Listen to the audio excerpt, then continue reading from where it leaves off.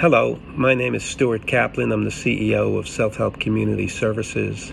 Thank you for joining us today for this virtual adaptation of the 2020 Witness Theater production. In the past, we have brought these productions live and in person, but due to coronavirus, we have had to adapt to bring this to you virtually on this occasion. We are delighted that this year the Jewish Federations of North America has made this possible, and with their funding we have been able to bring together 6 Holocaust survivors and 7 students from diverse backgrounds. Together they bridge the generations and reach across cultural divides.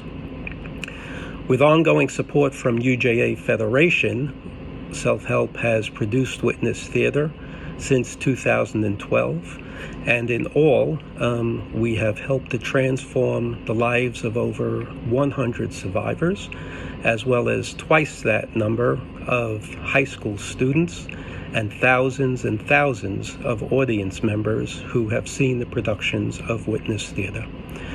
Today, you will see how the stories of survivors and their reflections impact the lives of students, and how these students will carry with them these reflections during these challenging times as well as through their lives. The 2 generations inspire us to remember the legacy of the Holocaust and ensure that it is never lost, to honor the memory of those who perished, to increase awareness of the growing needs of Holocaust survivors with us. In New York alone, there are some 36,000 Holocaust survivors. In the United States, about twice that amount, close to 80,000 Holocaust survivors, all growing more frail as they age, with the average age about 84 or 85 years old. What this production also does during these times is shine a light on the need to speak out on behalf of all people who are oppressed. We thank you for sharing this powerful production with us this evening. We hope you enjoy the performance. We also hope that you will be well, and please stay safe. Thank you so much. Hello and welcome to Witness Theater's production of Tomorrow is Ours. My name is Jessica Ash and I am the drama therapist and director of this process and performance. Witness Theater is an intergenerational program that brings together Holocaust survivors and adolescents for a 9-month period. Using drama therapy techniques, the group begins learning about each other in order to build a trusting foundation that will eventually allow the survivors to share their stories with the group. Once these stories are shared, a play is written about their life.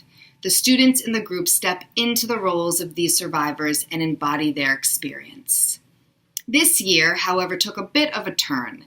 The show was written, we went into rehearsals, and about a month and a half before the date of our first performance, COVID-19 hit New York. We decided that even though it would be challenging, the group still needed to find a way to tell these stories. So we began meeting as a group on Zoom, and we adapted the play into a film, something that Witness Theater had not done before this year. Part of what you may witness in our film are the beautiful, comical, and challenging aspects of taking this on.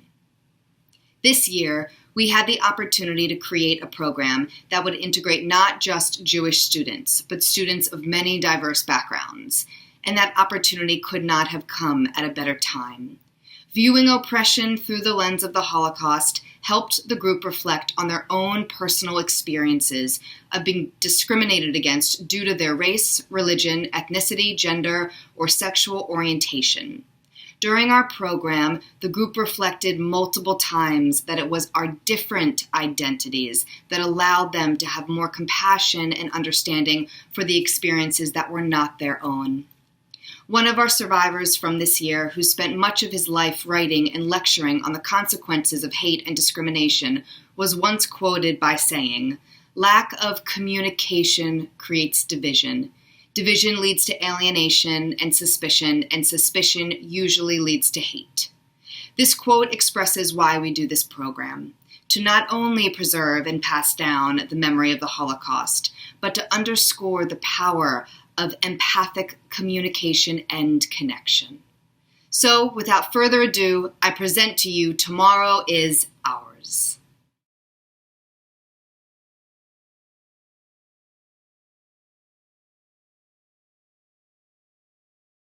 Eva and Lottie, can you hear us?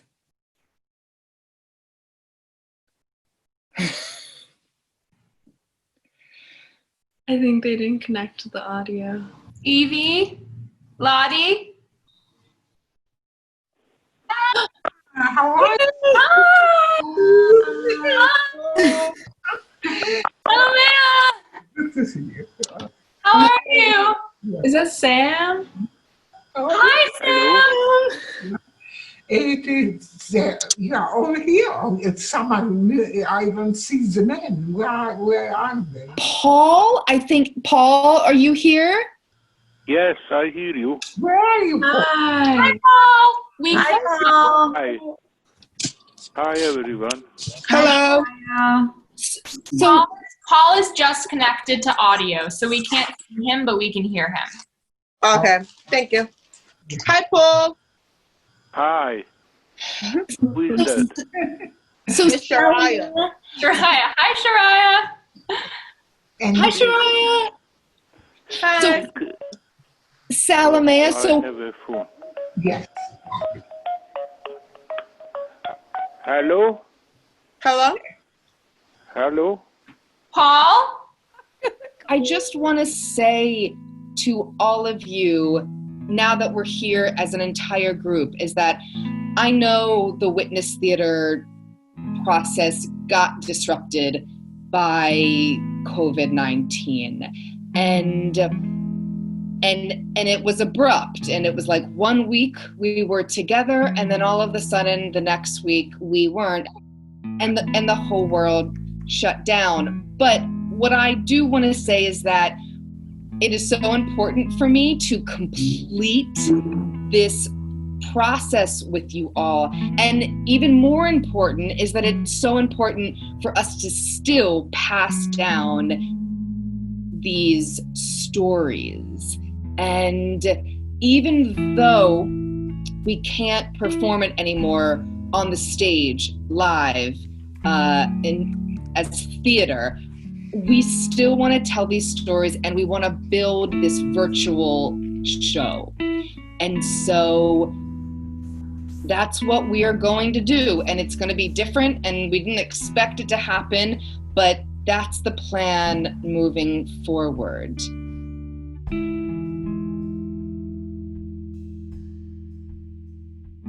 I tell these stories as an Afro-Cuban whose family fled from persecution.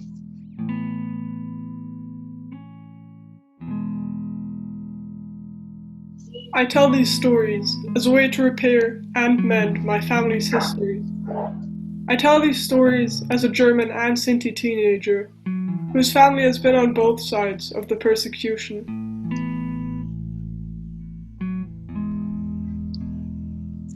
I tell these stories as an independent, gutsy, curious Irish Italian who's still exploring what identity means to me.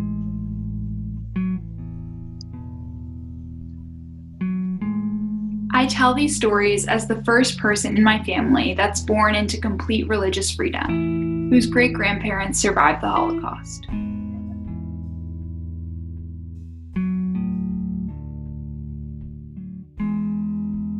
I tell these stories as an African American, Native American young woman whose family has had to carry a long story of being oppressed.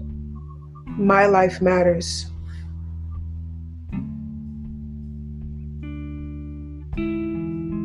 I tell these stories as a human privileged with abundance, yet subjected to misperception and objectification, which have demanded constant self-advocacy.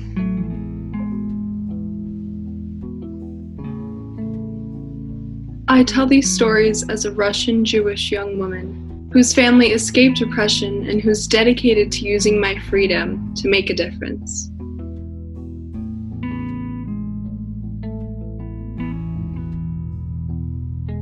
We are the tellers of these stories, and together, with all our different identities, we share these stories with you.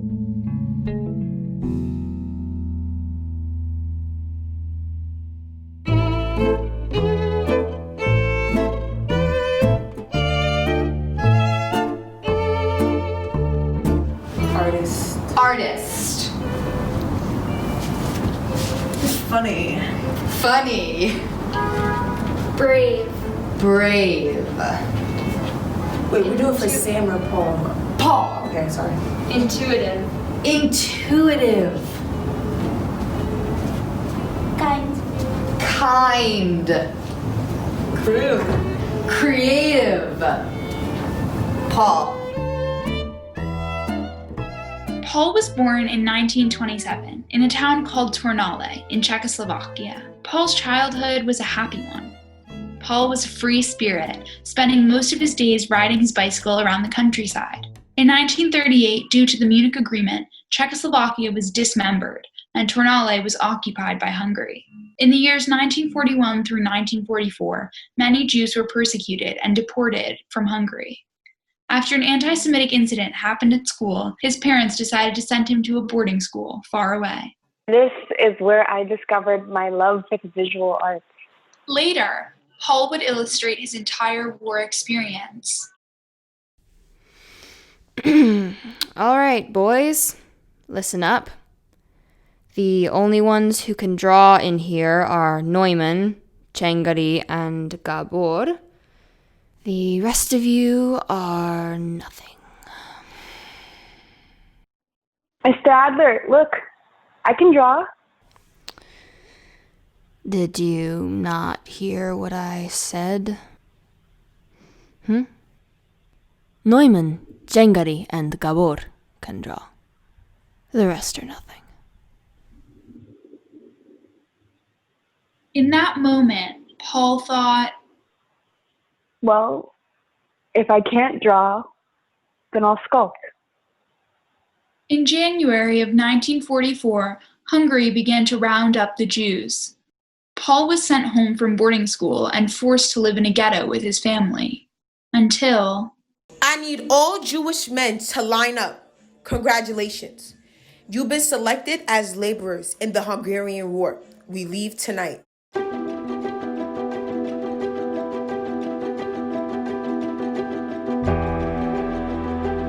In April of 1944, I was herded away from the ghetto and left my family behind.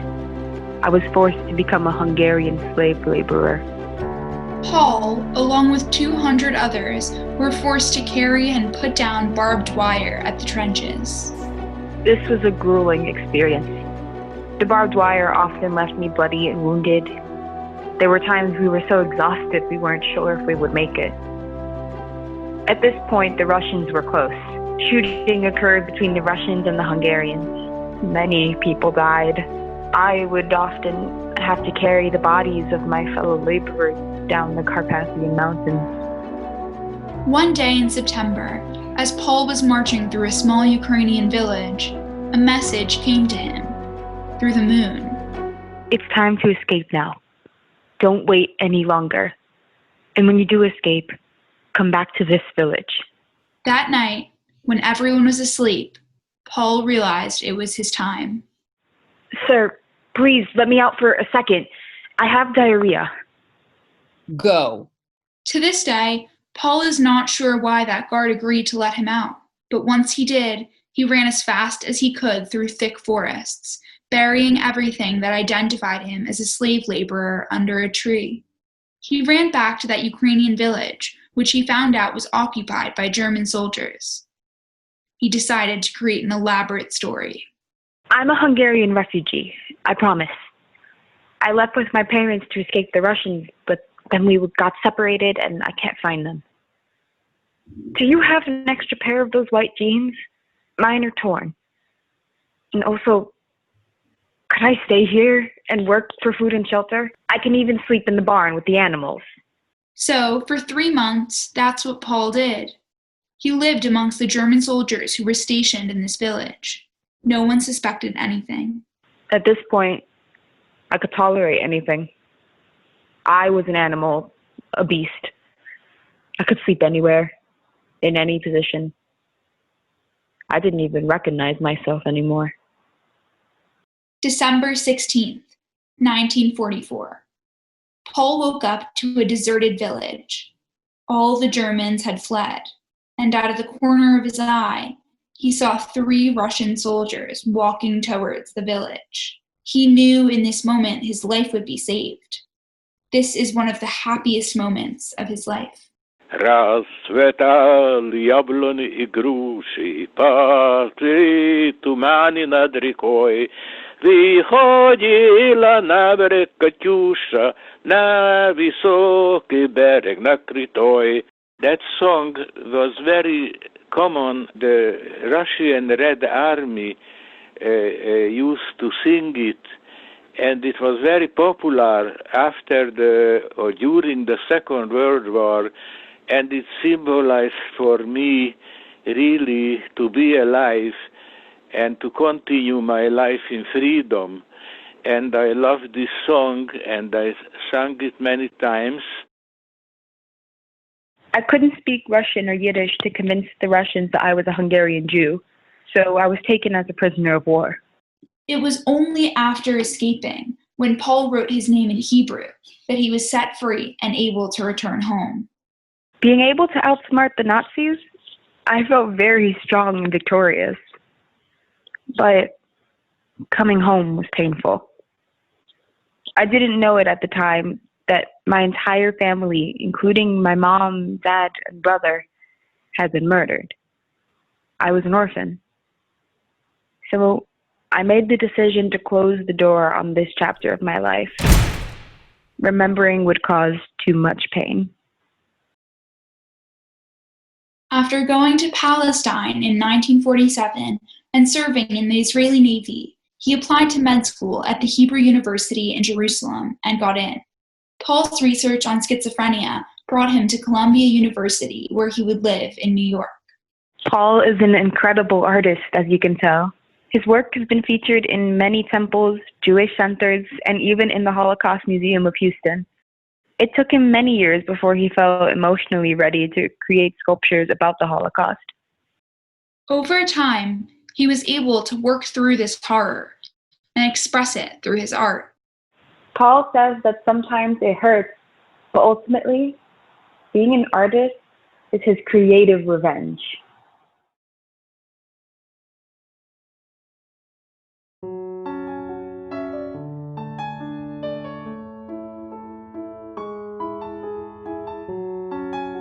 Strong. Curious. Feisty. Empathetic. Fierce. Philosophic. Musical. Great. And then some kind of dun.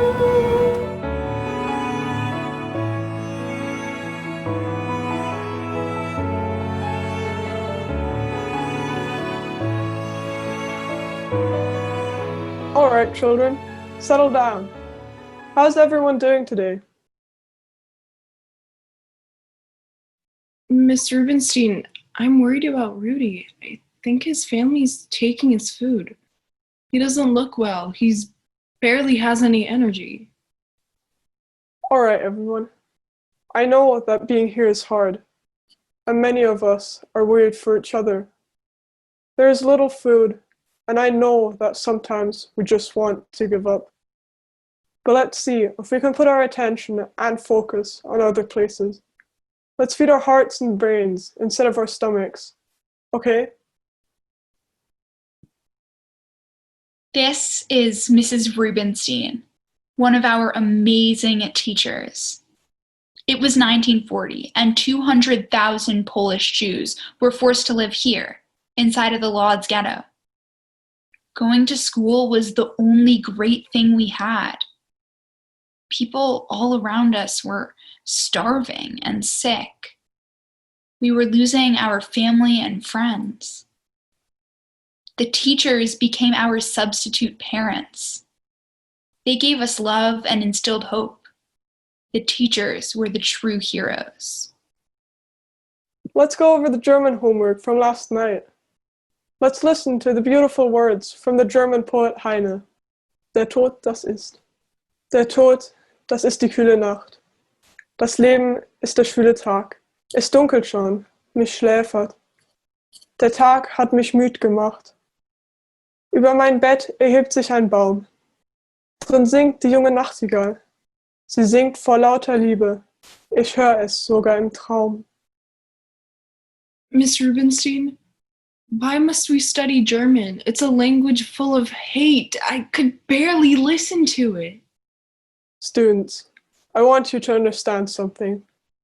The German language has nothing to do with Hitler or his followers. Germany has given us incredible writers, poets, musicians, composers, and academics. Always remember, the Hitlers will come and go, but the nation remains.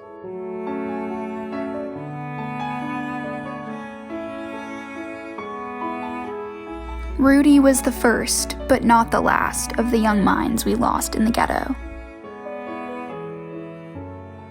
Then there was Mrs. Wohlfeld, who put everything she had left into teaching. When we lost our hope, she gave us some of hers. Who will volunteer to read the first paragraph on page 3 in Latin? Mrs. Wohlfeld, what's the point anymore? Why should we learn anything new? There's no future. Boys and girls, I want you to listen up. Some of you will survive, and the ones that survive will need this education. When all of this is over, your lives will move forward. Your lives will go on. Many of you will go to college and even graduate school. Did you hear that, Sally? We're going to college and graduate school. We have more poems to discover. That's Stella, my best friend. She was the smartest, most creative, fearless person I had ever met in my life. Come over after school and we'll read more of Tuin.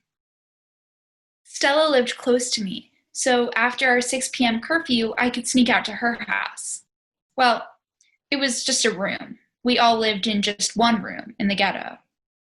She lived in a kitchen, to be exact, with her little brother, mom, and dad.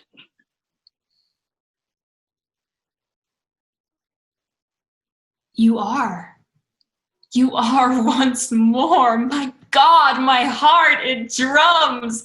How my eyes spring, the world blooms. So many nights in dreams spent, too briefly, kissing you, for a today that longed for so many days, for this day to come. And how will I express it? And to which word or phrase shall I entrust this joy, trembling and unexpecting? That tomorrow I'll awaken to in love's enchanting, with a smile across my lips. You are once more! Tuin is my absolute favorite poet ever. I hope I can write like him one day. I think you will.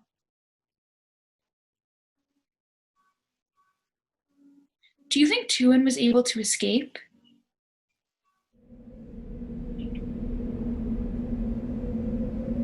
It's so cold, and I'm so hungry. Sally, you know the rules. No talking about hunger. We're only here to sing and dance and read poetry and draw and use our imaginations. That's it.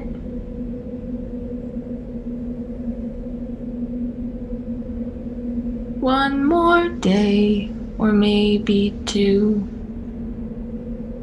Freedom is coming for me and you. Tomorrow is ours. Okay.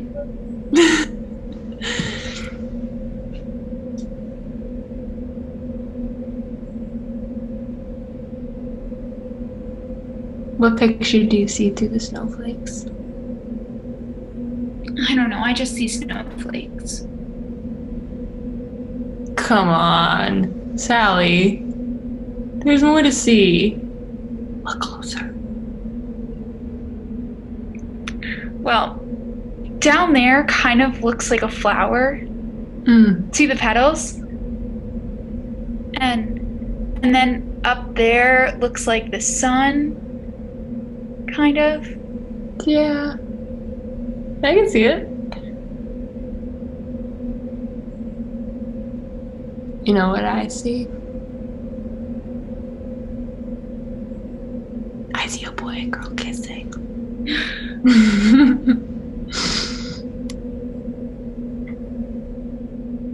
I want to kiss a boy. One more day, or maybe two. Freedom is coming for me and you. Tomorrow is ours. Okay.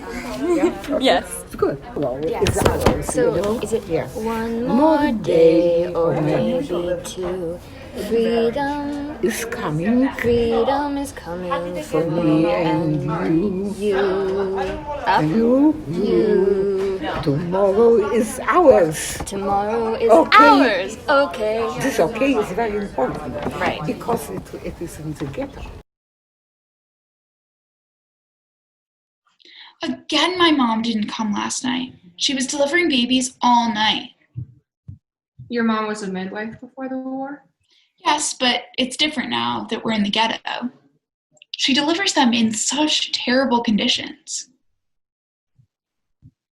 I don't know how she delivers them knowing they won't survive. They'll survive, Sally. Stop moving! It's impossible when you move!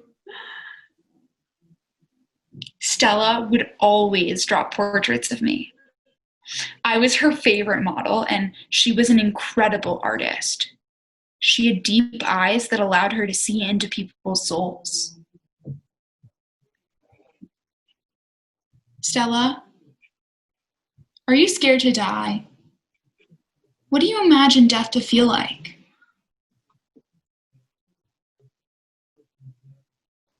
Don't be afraid of death, Sally. Death is like a long sleep without any dreams.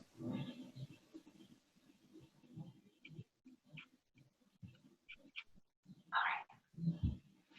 I'm done. You ready?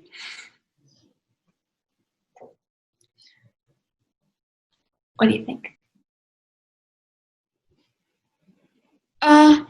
Is that how I look? What's happened to my face?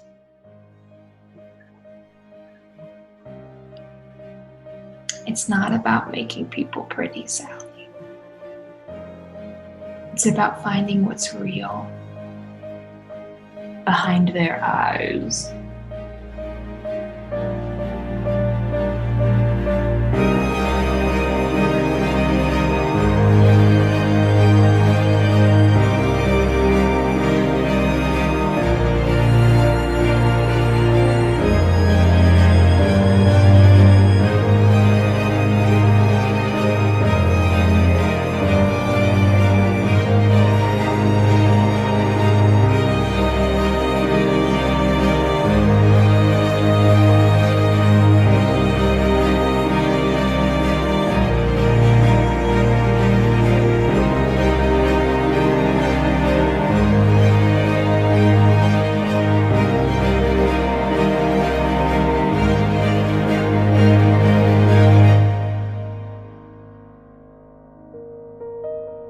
Don't be scared of death, Sally.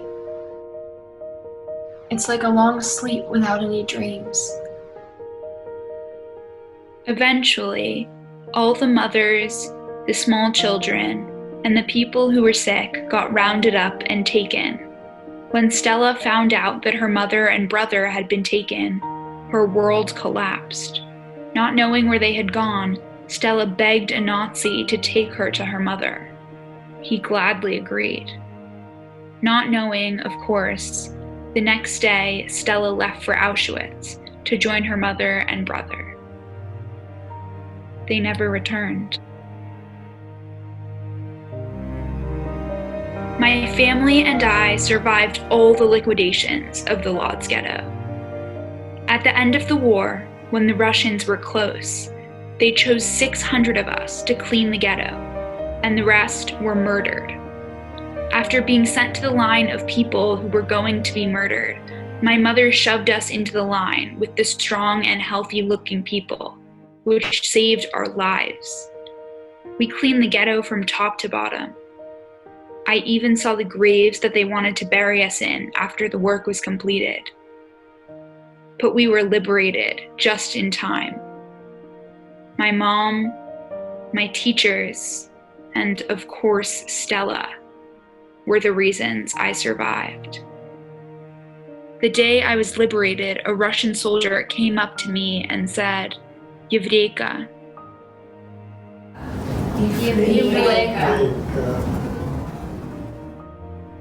Еврейка. Еврейка. Еврейка. Yeah. Еврейка. Еврейка. It was the first time that I felt like a real person again. Jeszcze dzień, jeszcze dwa, wszystko na świecie swój koniec ma. Było nam źle, to będzie lepiej, jutro będzie lepiej, okej. The thing was optimistic. Remember, it is another, the day will come and so on. Another day, another, but it will come, the end of it. You don't see, okay, and you say, okay, tomorrow it will be better, okay, it will be so. And this okay is helps you believe in it.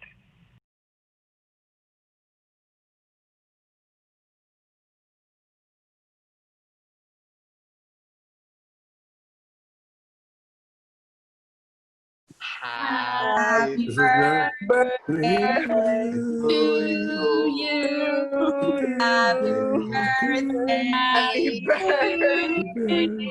I just thought it was a fascinating experience, especially meeting all the students who are so interested in what happened, and being able to carry it on to hopefully other people.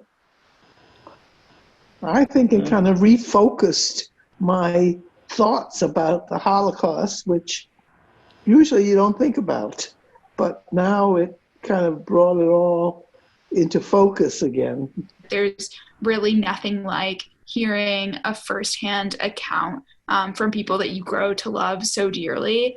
And even though we're not all together creating the performance that I thought we would be creating, I'm still so moved every time we're together, even though it's online. It's kind of the classic thing to say that what makes us different makes us similar. But I think that what Witness Theater did is it brought everyone together under, the idea of the Holocaust, but it's so much more than that. That's like the thing that initially brings us into the room. Then the rest is just up to us to discuss and learn about each other as people. I'm so happy that I actually get to meet the incredible people behind the stories. So I just want to express my love to you all. And it meant to me a lot to meet you, because I've been in touch with the people of your age for many years already. And I can tell you that each one of you is very special in their own way. And I feel honored to meet you. It's been really great, because I think particularly as a German, it's like my job to tell on these stories. And the number of people who are denying the Holocaust in Germany, that number is rising. That's horrible.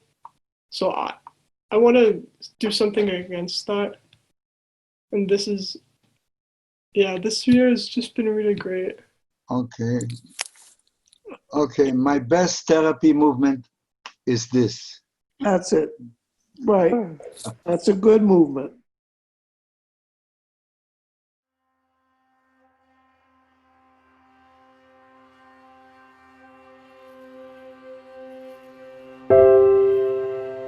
Accessory expert.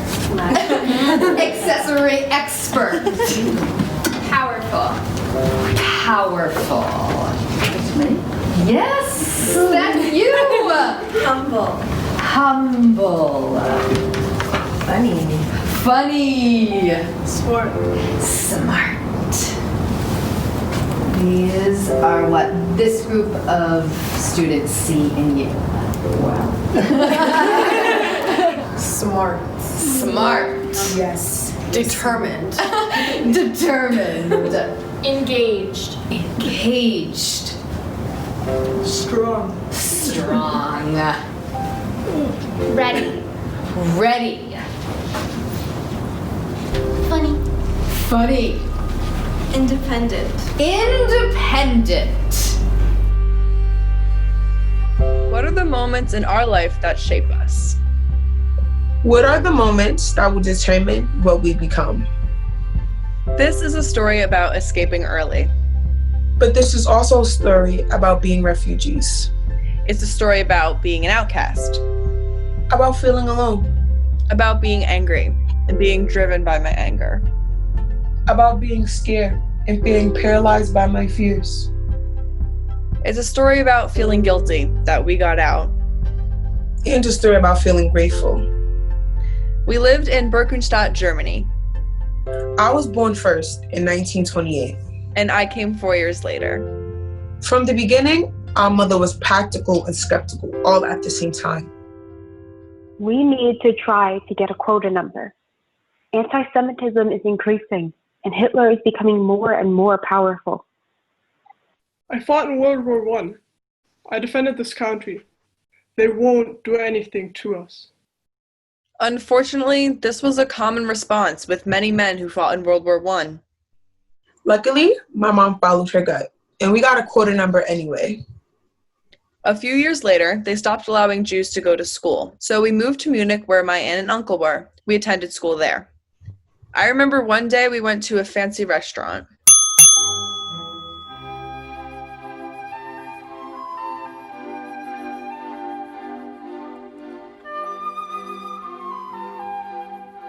Good evening.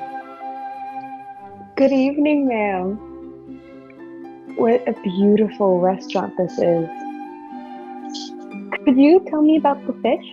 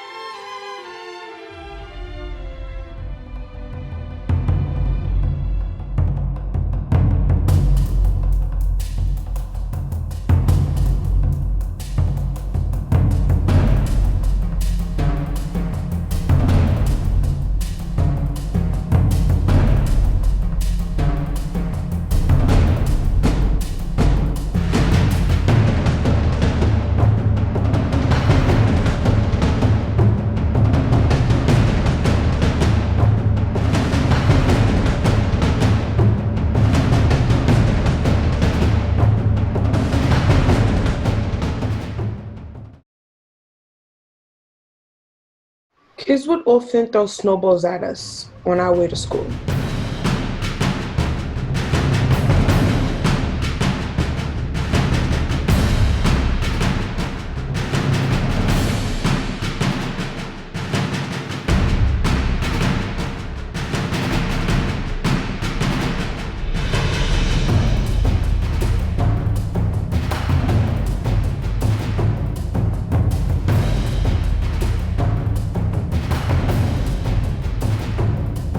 As time went on, things only got worse.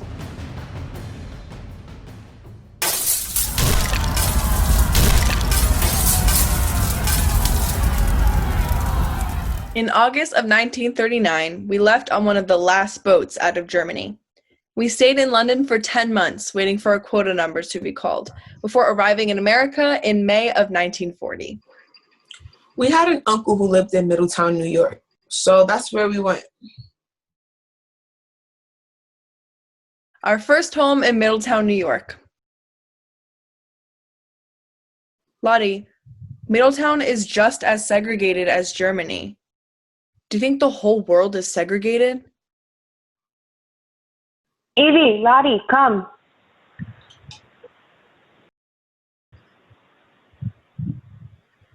Let's go. It's time to go to work. Cleaning homes is honest, good work. Always remember, as long as you work, you won't have to be ashamed. This wasn't the only humiliating thing we had to do. Girls, I baked these delicious cookies, and I need you to go door to door and sell them. You need the money, so you really need to try. Hello, ma'am. I was just wondering if you would be interested in...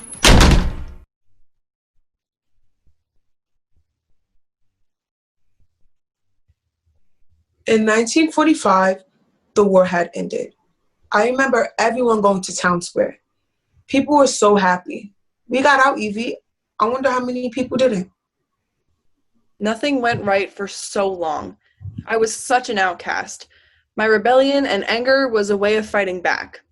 It was my way to say, to hell with everyone. Nothing went right for so long. I was such an outcast. I was always fearful that someone would come for me or no one would ever like me. I couldn't go to college because we didn't have money at that time. But when it was time for me to go... Evie, you must go to college. You must do whatever it takes. So, through scholarships and grants, I made it happen. I got my bachelor's, then my master's. I was a school librarian for years. I then went to law school and practiced law and became a judge. I would be the one to make decisions now.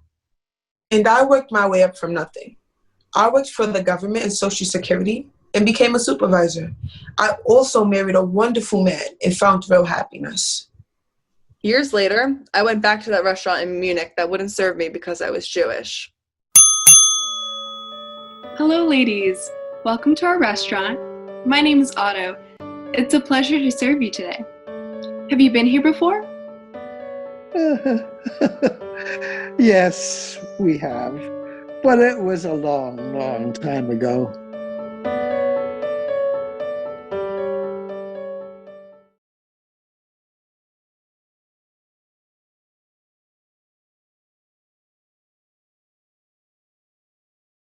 Next person come.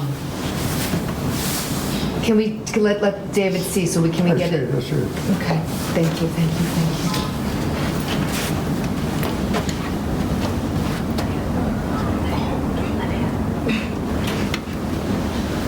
Next person build upon this.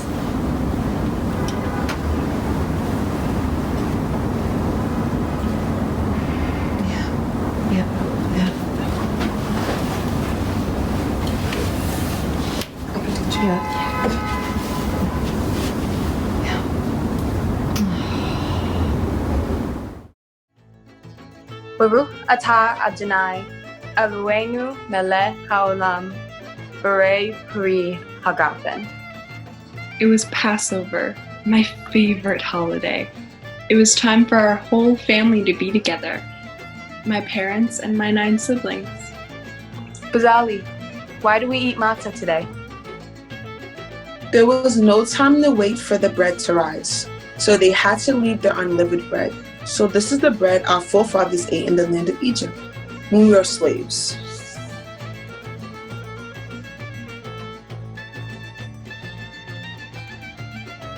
Papa, were we really slaves in Egypt a long time ago?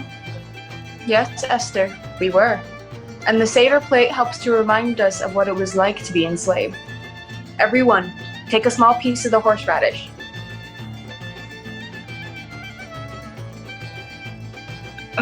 Do I have to finish a whole piece? It's spicy. Yes. We must experience and understand the bitter times that the Jewish people had as slaves. You must actually taste it, David. Now here is the salt water. This symbolizes the tears that were shed from the Jews who were being beat and forced to work faster and harder. Shmuel, What else? The harosses represent the clay and the bricks that Jews used for labor while being enslaved. That's right. And finally, we eat this parsley that reminds us of the food that slaves had to eat during these times. I love everything about Passover, but I especially love the food. Gefilte fish, chopped liver, egg noodles, chicken soup, and potato latkes. But there was also the sweet and sour carrots and the meats. I still don't understand why we were slaves in Egypt, or why people hated us. Even now, people hate us. I don't understand why people hate anyone at all. Father read from the Haggadah and would try to explain as much as he could about the hatred and the slavery. He explained that Moses led his people out of Egypt by walking through the desert for 40 years. Now it's time to open the door, Esther.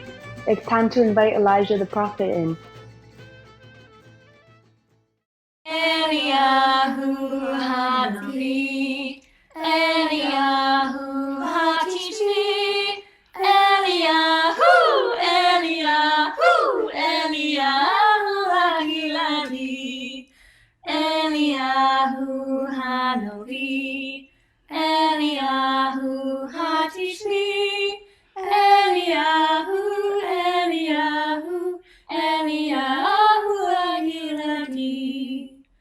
Eliyahu Hanavi, Eliyahu Hatishri, I would always think about the story of Passover and how my ancestors survived being enslaved for so long. How did they survive? How would I survive? How will I survive? I just want to survive. Where's Moses and Elijah now?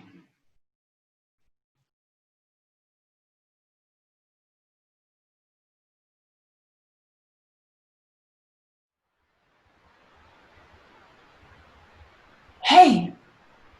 Hey, you! Wake up!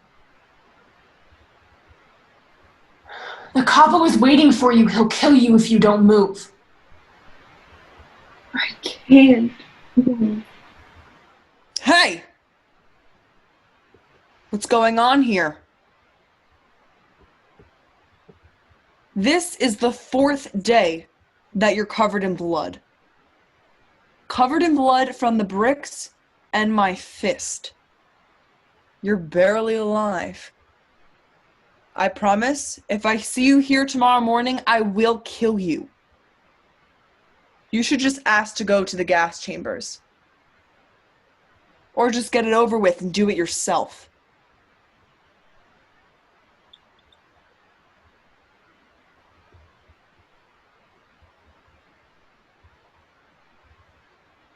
David made a promise to himself that no matter what happened in Auschwitz, he would not take his own life.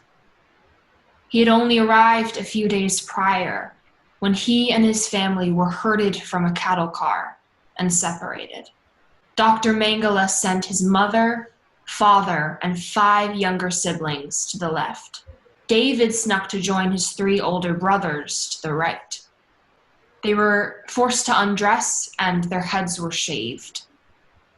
As David waited to enter the showers, his naked body blistered from the fall of glowing ashes. He heard a man plea, "Excuse me, sir? Can you just let me know when I can see my wife and baby?" The Nazi pointed up to the tall brick chimney and smirked.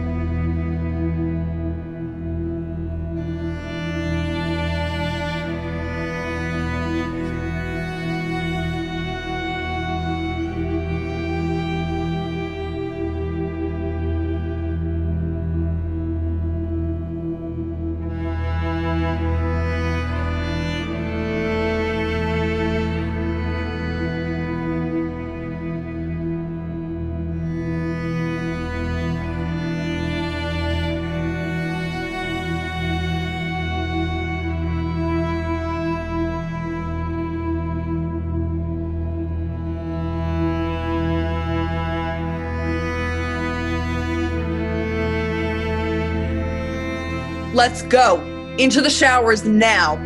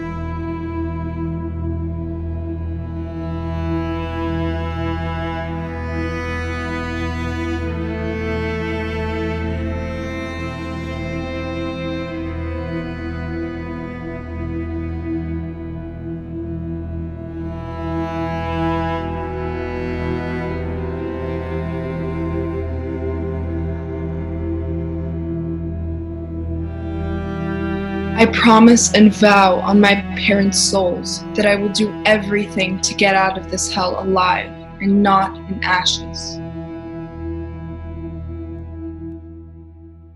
Later that day, a number was tattooed into his arm. A8454. People only survived Auschwitz for 2, maybe 3 months. David and his 3 older brothers survived for an entire year. David was the one who kept his brothers alive even though death continued to knock on their door. He kept promising himself that if he survived, he would dedicate his entire life to educating and telling his story. On the final day, after surviving all 3 of the Auschwitz concentration camps and the Death March, David and his brothers lay on the ground, barely alive. And then he heard the voices, the Americans.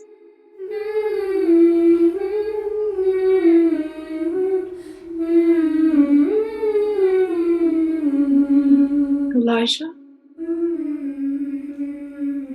Is that you? I knew if I left the door open, you would come.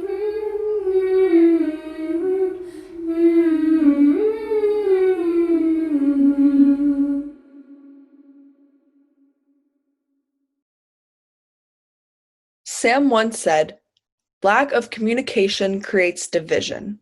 Division leads to alienation and suspicion. Suspicion usually leads to hate, and hate can lead to murder." The way Sam hoped to one day connect and become one with the violin is the same way he hopes the world would connect and become one despite its difference. Calm. Calm. Wise. Wise. Soulful. Soulful. Happy. Happy. Poetic. Poetic. Funny. Funny. I never heard so many beautiful lies.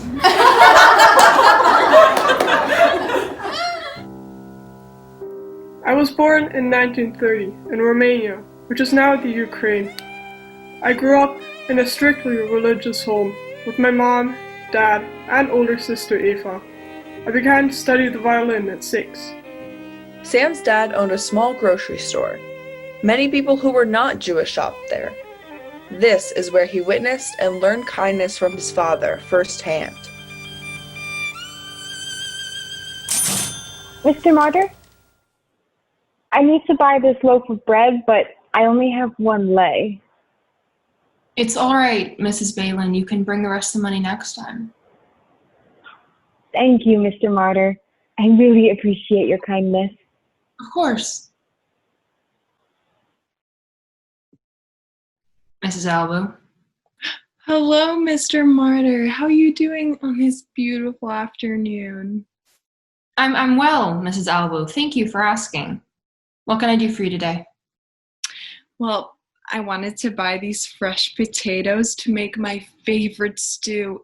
It's just that, well, I'm short a few lays. Is there any way? Of course. You can pay me back next time. Thank you.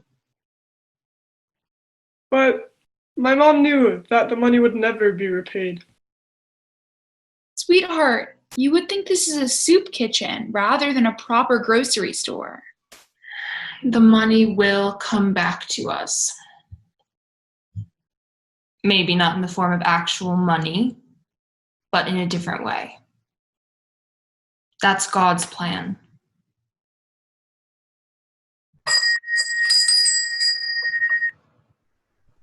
Herr Schwartz, it is great to see you, my good man. Herr Schwartz was a German man who stopped by my father's store to chat ever since I can remember. He and my father had great respect for each other. They lost touch during the years Stalin annexed our town, and my father was forced to give up the store. Mr. Martyr, I have something important to tell you. There's news coming from Vienna of Jews being shot in their homes and on the streets. You already lost your citizenship. You may want to think about packing up and leaving with your family very soon. Herr Schwartz, I do appreciate your concern, but I don't think these horrible things will continue. Austria and Germany are countries of culture and will never fall for Hitler's ideologies. Plus, we really have nowhere to go. But I do appreciate how much you care for us. For the next few weeks, Herr Schwartz came into the store, warning my father every day to escape.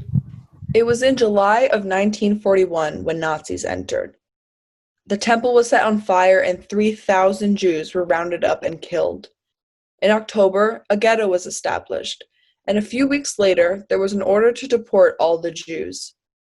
The morning of the deportation somehow, Herr Schwartz managed to enter the ghetto. Mr. Martyr. Herr Schwartz, what are you doing here? You could get yourself killed. I have a way of getting you all out of the ghetto. You and your family must come with me now. I will take care of you for as long as it takes. My dear Herr Schwartz, we cannot stay while others go. If everyone goes, we must go too. Herr Schwartz tried as hard as he could to convince him, but his mind was already made up. You are a good friend, my dear Herr Schwartz, really. But if everyone goes, I don't want to be an exception. Sam had just won a prize to study violin at the Moscow Conservatory. Because of the deportation, Sam couldn't attend. However, he still brought his violin.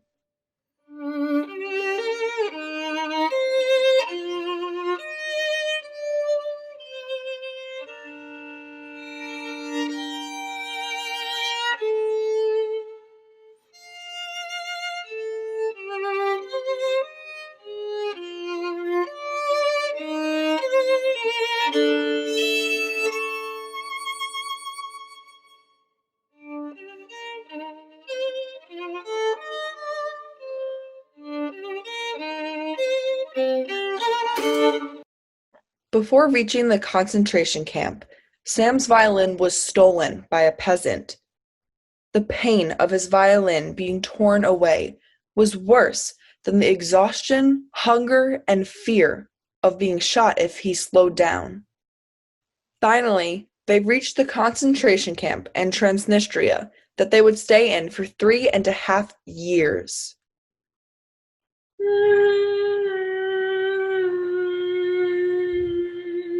Just a few weeks after they arrived, Sam's father became extremely sick.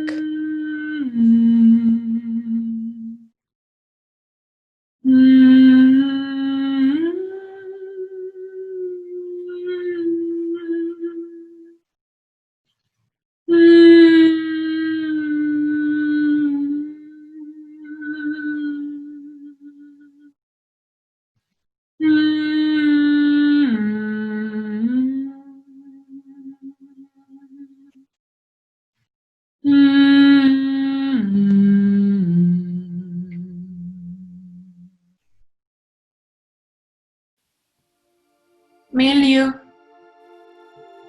Sam.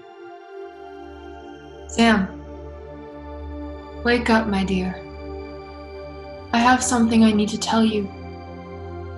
Father? Father, you're alive? I thought that maybe you... Don't be sad, my son.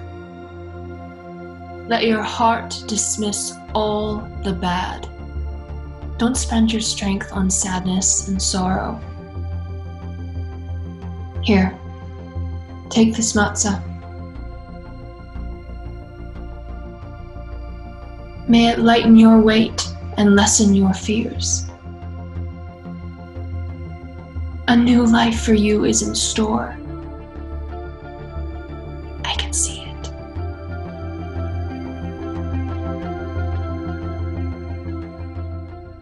This dream saved Sam's life. Despite his father's passing, Sam's father gave him the strength that he needed to survive. During the next 3.5 years, Sam wondered two things: if he would ever wake up without feeling hungry, and if he would ever look at a violin again. But in 1945, Sam, along with his sister and mother, were liberated. They eventually made it to a DP camp in Germany, where Sam began violin lessons. The violin teacher was anti-Semitic, but their relationship grew through the music, which had always been Sam's hope: to connect and reach people's emotional language through music. For Sam, this is the most religious level to reach. Do you have any tips for me, like performing just in general? So everybody gets nervous a little bit. So the thing is to be able to manage your nervousness and to sort of channel it into concentration. In other words, the less you think about yourself and about what you play, the more it will help you towards concentrating on your music. Were you nervous when you performed? Of course I was nervous. It's better not to think about the audience and not to worry about what they think, but rather make sure that what you do your best. Everybody gets a little nervous. No such thing. I told you about the orchestra. And I'm Yes. going to be the only trumpet player. I know. Yeah, my conductor, he called me. He asked me if I was okay, that I was going to be the only trumpet. Only one, yeah. And you said okay, right? Yeah. Sure. Actually, that'll help you, you know, because the more you play by yourself as one, the more you'll gain assurance. No, it's been really great. I feel pretty honored to meet you, just to meet such a great person. Well, thank you. And it was a great pleasure meeting you. And I'm glad I met you.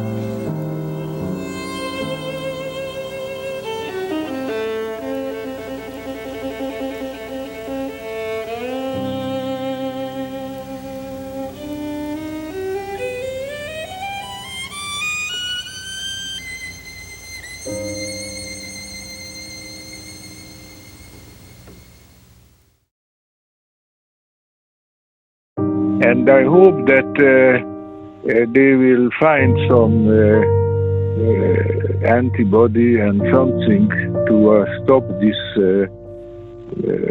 epidemic, and we can get together again. I wanted to say that I know I feel really, I'm sure everybody does too, feel the loss of not being able to do this in person anymore, because it's just so incredible being in a room with all of you. But I do want to say that I'm